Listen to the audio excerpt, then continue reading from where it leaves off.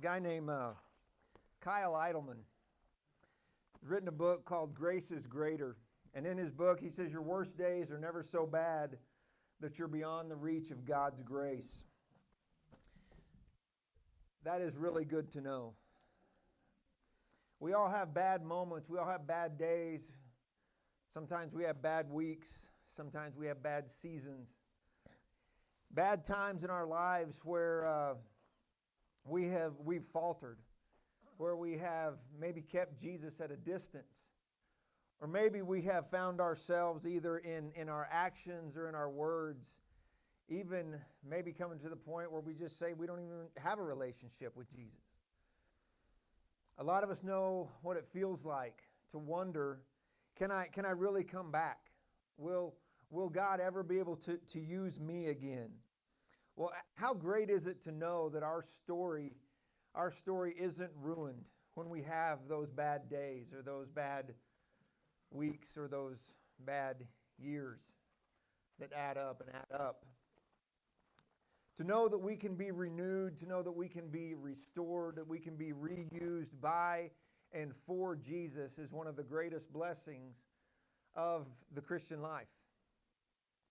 We need to be reminded of this as Christians. We need to be honest about this as Christians, but we need to be reminded of this. We need to know this for ourselves, and we need to share it because we know, you know and I know, that there are people out there that deal with this on a regular basis. And I believe that the Apostle Peter's life proves that to us.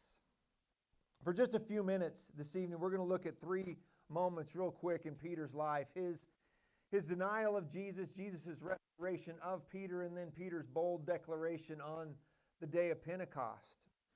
And from this story, what I want us to see is the challenge of remaining faithful, even for the person who really seems like they're just all in.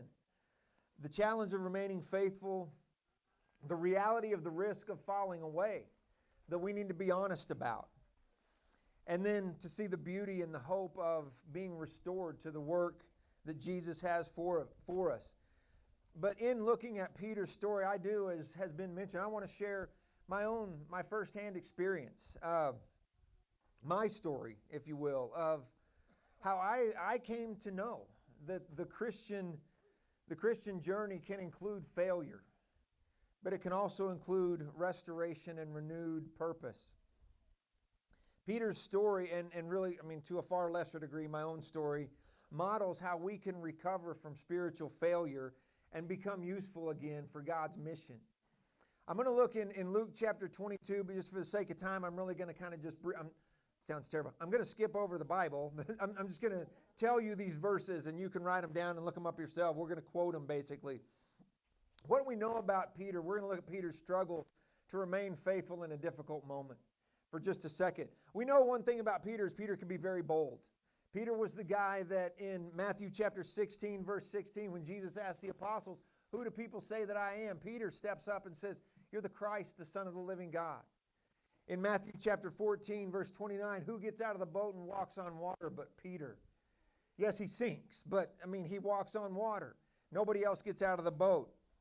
Matthew 18, verse 10, when Jesus is being arrested, who but Peter, the fisherman, pulls a sword and tries to defend Jesus? Misguided, yes, but bold because of his dedication to Jesus. In Mark 14:29, Peter tells Jesus just before he pulls the sword, not hours before that, he pulls the sword, not hours before he pulls the sword. In Mark 14:29, Peter tells Jesus, "Even if all fall away, I will not." And hours later, we find him warming himself by a fire, denying he even knows Jesus 3 times.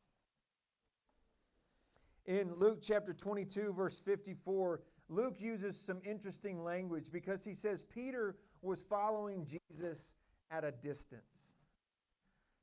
I think he points that out because I think there we see some physical, but I think there's the beginnings, at least, obviously, of some spiritual distance.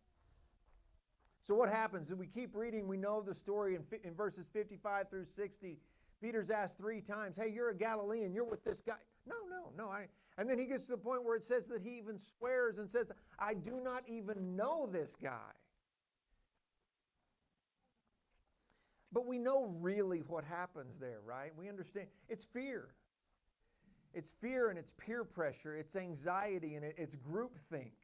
That he's surrounded by these people who are, this is accusatory. And it leads to his denial 3 times. And in the rest of verse 60 and 61, we know that Jesus looks at Peter and it pierces his heart, it says, and he weeps bitterly. But let's be honest. We know, and maybe it's you. I'm not, I don't, but maybe it's you. If not, you know somebody that is a Christian, that we're dedicated. We're all in, it seems, but we're following Jesus at a distance. We want to maintain that outward appearance. We want to look like we're doing all the right things. We're the churchgoer. But on the inside, we're withdrawing when our faith gets costly.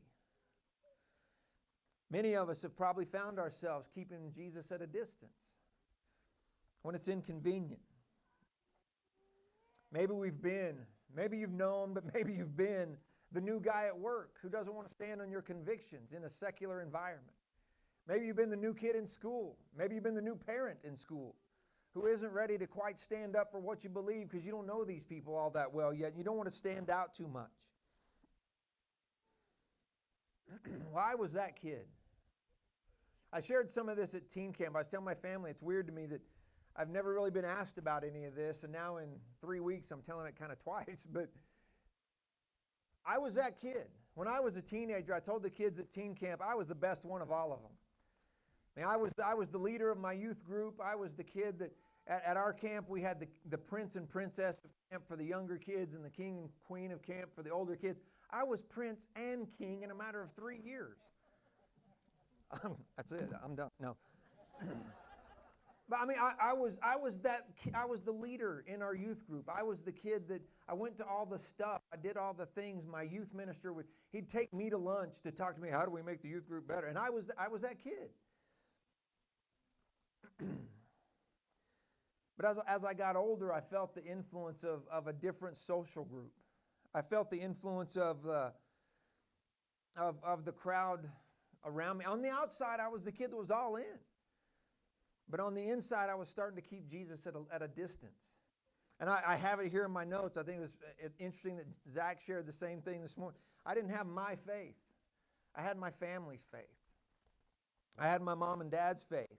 Now, my summers were easy because summers we went to church camp. We went to Leaders for Christ at Oklahoma Christian. We had this thing in the Tulsa area that we called T&T, is Tuesday Night Together, where all the youth groups in the area got together every Tuesday night. There's like 400 kids every Tuesday. So it was easy. But when school started and I got pulled back into those other friends, the distance grew. And late in high school, it really, really grew. And then college came around, and I was out on my own. And I kept Jesus as far away as I possibly could.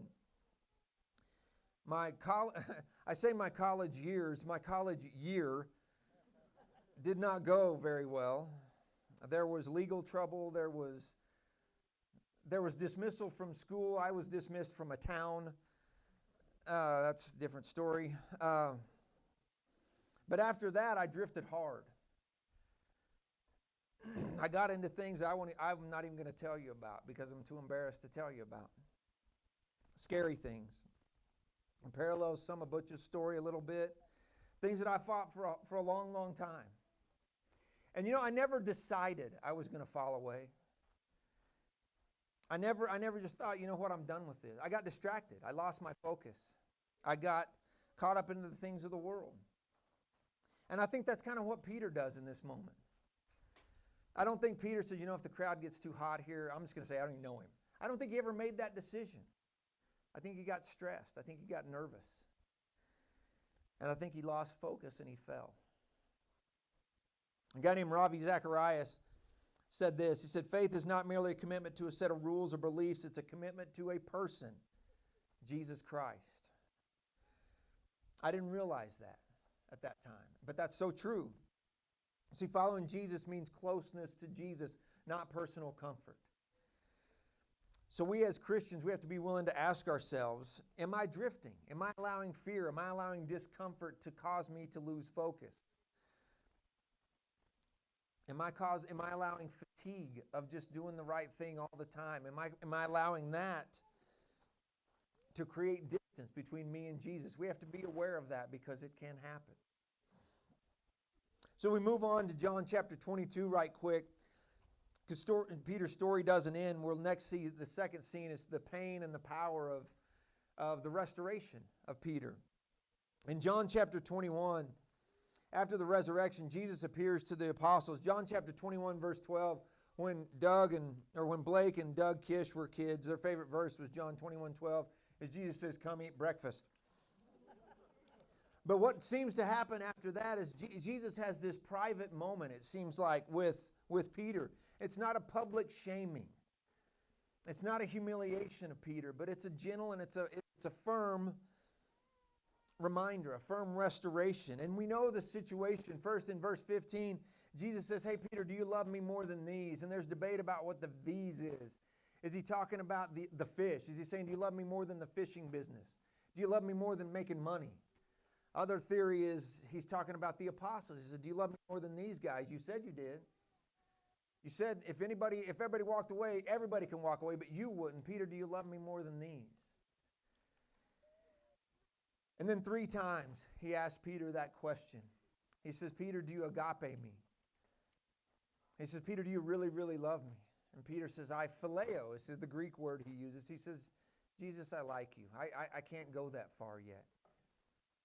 And then he asks him again, do you agape me? And Peter says, Jesus, I like you. But I've blown it. You know I've blown it. You know I'm out here fishing. I'm not doing your work. You know what happened with me. You looked at me from across the courtyard. And then Jesus says, Peter, do you like me? He says, Peter, do you phileo me? He uses the same word. And Peter says, Lord, you know all things. You know. And I think what Peter's saying is, you know I want to love you. Why does Peter seem to hedge on this so much? Maybe Peter doesn't want to stick his foot in his mouth again. Maybe Peter knows what he's done and knows Jesus knows what he's done. But it's interesting that Jesus gives him the same number of opportunities to confess him as Peter denied him. He asked him 3 times. Because Jesus hadn't given up on Peter. Peter might have given up on Peter in that moment. But Jesus recommissions him. He says, Peter, feed my sheep. In verses 18 and 19, he predicts Peter's future faith, even to the point of death, because Jesus hadn't quit on Peter. Brene Brown, an author, speaker, lady, this is a great quote. She says, shame corrodes the very part of us that believes we are capable of change.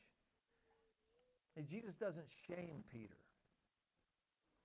He reminds him of his calling. He reaffirms his identity. He says, Peter, you're going to be a leader of my people, so just go do it. Get over this.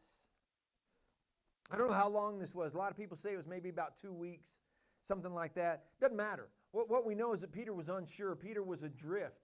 Peter had lost his confidence in his usefulness, and Peter needed restored. See, it's different to say that Jesus forgave him, because there's more to restoration than just forgiveness. There's a renewal of purpose. And Peter needed to be reminded of that. He said, okay, Peter, I've forgiven you. Let's move past that. You have work to go do. I know that because I struggled with that. And it wasn't for 2 weeks. It was for 8, 9 years that I heard Jesus asking me if I loved him. And over, I said, Jesus, I like you. Just stay over there. I'm not ready yet. I told him I liked him, but I wasn't ready to move. I was ashamed. I was embarrassed of who I was. I created an enormous rift between me and my mom. My dad, if my dad wasn't just the most sweetest human on earth, my mom probably would have killed me. Maybe. My older brother, my brother, was needless to say, to be very mild, was very, very frank with me about my behavior. From when I moved from Stillwater back to Tulsa, I would go to church enough that my sister still in Tulsa would acknowledge my existence. I'd show up once in a while.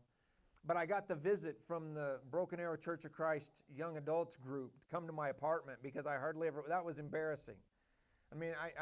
That's one of those things that wasn't supposed to happen to me, I was the good kid. And they're coming to having to come to get me. And I was ashamed and I was stubborn.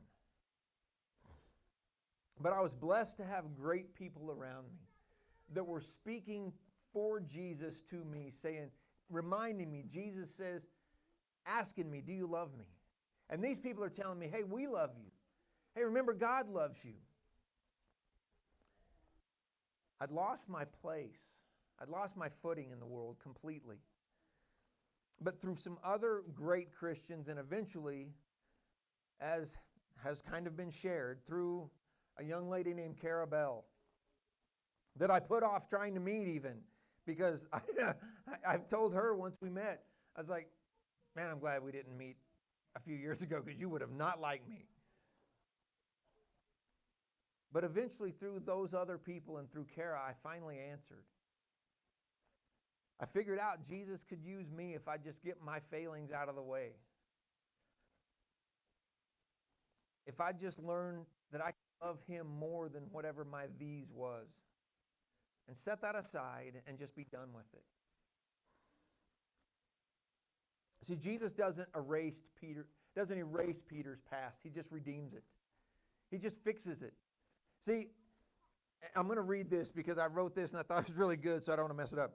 God doesn't need to refer to or consult your past to determine your usefulness in the future.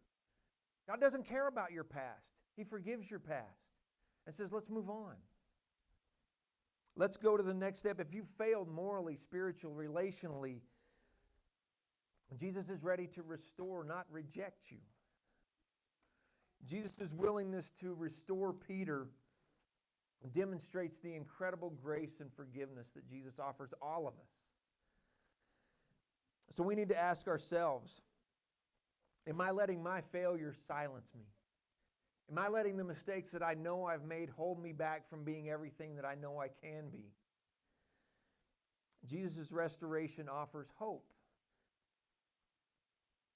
offers redemption to all of us, even when we know we've fallen short. Very quick, Peter's last moment there in Acts chapter 2, where Peter shows us the courage to rise up. This is the same Peter in Acts chapter 2, the same Peter who denied Christ, the same guy we're talking about. Now he stands up publicly in Jerusalem in a hostile crowd of Jews and tells these people, here's what you have to do to fix your lives. Repent, the same step that he made. Turn away from that you used to be. Turn away from your old way. Turn now to what Jesus wants you to be and just walk away from that. And thousands listened to him. Thousands listened to Peter, who weeks ago, 3 times, says, I don't even know the guy. Have you ever thought about that moment? We always talk about how great Peter, how brave Peter is, what a great sermon. All that's true. Have you ever thought about this from the other apostles' perspective? When Peter stands, and we kind of figure the rest of them were preaching to, but Peter's is the one that gets recorded.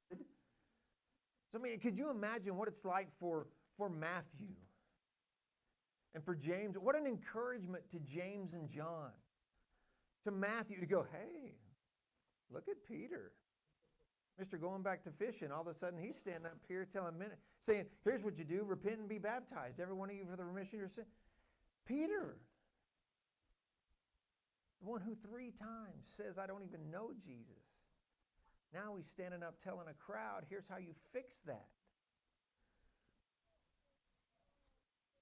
Your past failures can become a remarkable demonstration of the grace and forgiveness of Jesus in your life.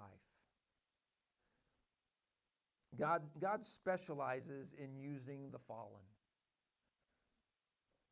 I imagine when Peter stands up and starts talking, like I said, we kind of figure the other guys we're talking to, but I just get this mental image of who's going to be the first one to stand up and start talking. It's going to be Peter.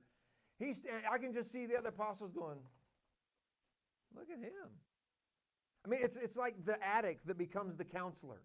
It's like the atheist that becomes the Christian apologist. They're all just like, wow, look what's changed in Peter.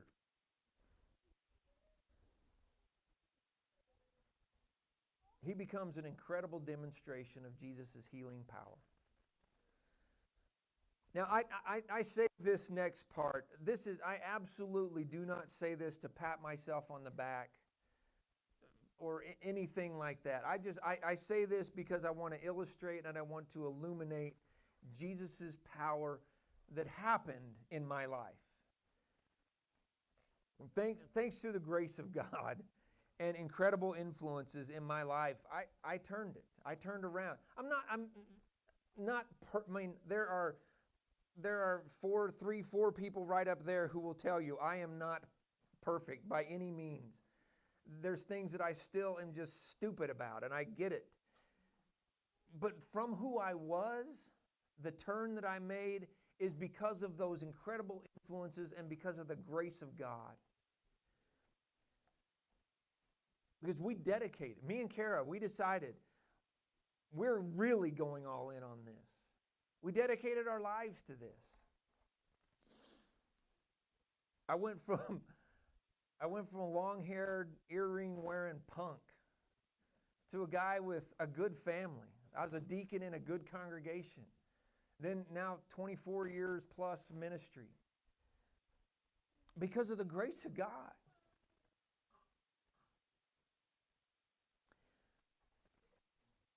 My brother's 14 years older than me. And he was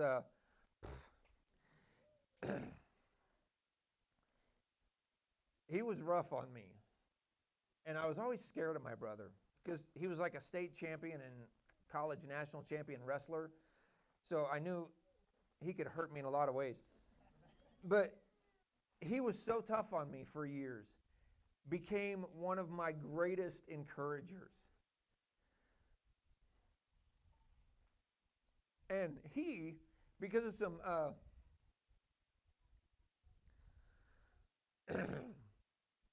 personal stuff in his life, Greg never taught class, never really led in church, until we took the step that we did. And he told me that these are his words. He's one of the leaders in his little congregation in Oklahoma now. His son, my nephew Brad, has told me that because of what we did going into ministry, he preaches for that little congregation in Oklahoma now. 30-something years old. 40 maybe now, probably. People in Broken Arrow, the congregation that they had to send the young adult group out to come after me.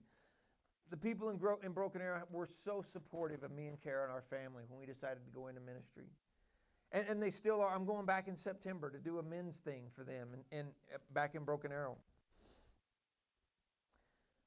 My best friend in church, all growing up, we've known each other since we were little kids.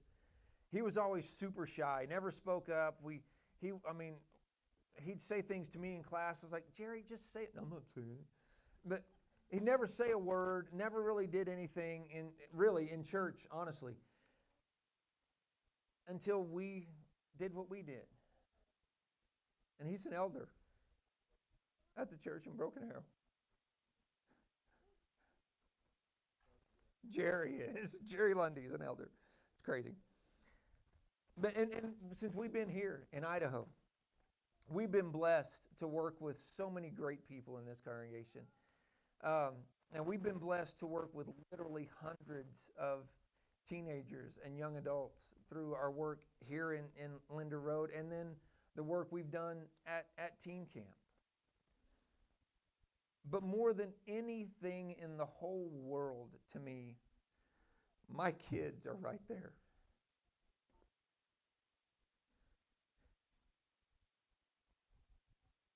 Blake and Caitlin and our amazing daughter-in-law, Carissa, are sitting right there on a Saturday night, sitting in the mountains, faithful young adults.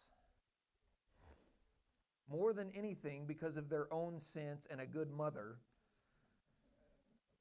but I have faithful children.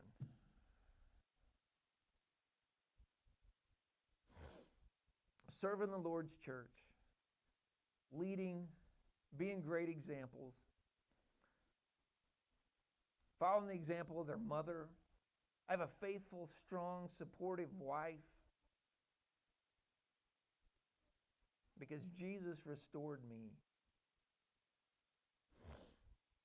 You may have fallen at some point, but listen, Peter's story tells us, shows us, every single one of us, that we can be used. We can lead other people. We can turn it around and do great things for Him, not because of us, but because of Him. Peter's life teaches us that even the people who are all in can fall, and you can fall hard. But he teaches us that Jesus offers restoration. And he teaches us that God still uses the fallen to shine His light of restoration to the people around us. And listen, if this doesn't apply to you, I bet you know someone to whom it does apply. Share this with them. Show them. I mean, we've been talking about that on Sunday mornings. Show them Peter's story and say, look what God can do when you decide. Help them remember. When you decide you want to answer, yes, Jesus, I love you, He's going to say, okay, go feed my sheep. Go find work to do. And He'll help you do it. Even that individual that you know, and I know you all know somebody, that's that individual who's drifted away, fallen away, feels so unworthy. Let them know they can come close again. They're not disqualified in His eyes. In His sight and in His hands, even the broken can be restored, reused, and find a new purpose. But maybe it is you. If you've been walking at a distance, come close again. If you've denied Him in some way with your choices or your thoughts or your actions, or just come clean. You're not disqualified either. If you need forgiveness, He's offering it. He always offers it. If you need renewal, you need that restoration, Jesus is figuratively waiting by the shore. Maybe He's got breakfast, but He's certainly got grace and He's got forgiveness. Your restoration may be just the thing that somebody else needs to know about, that opens the door for them to come back to Jesus, to find their calling.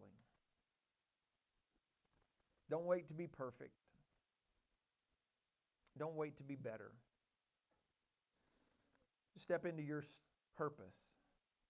Step into your story today.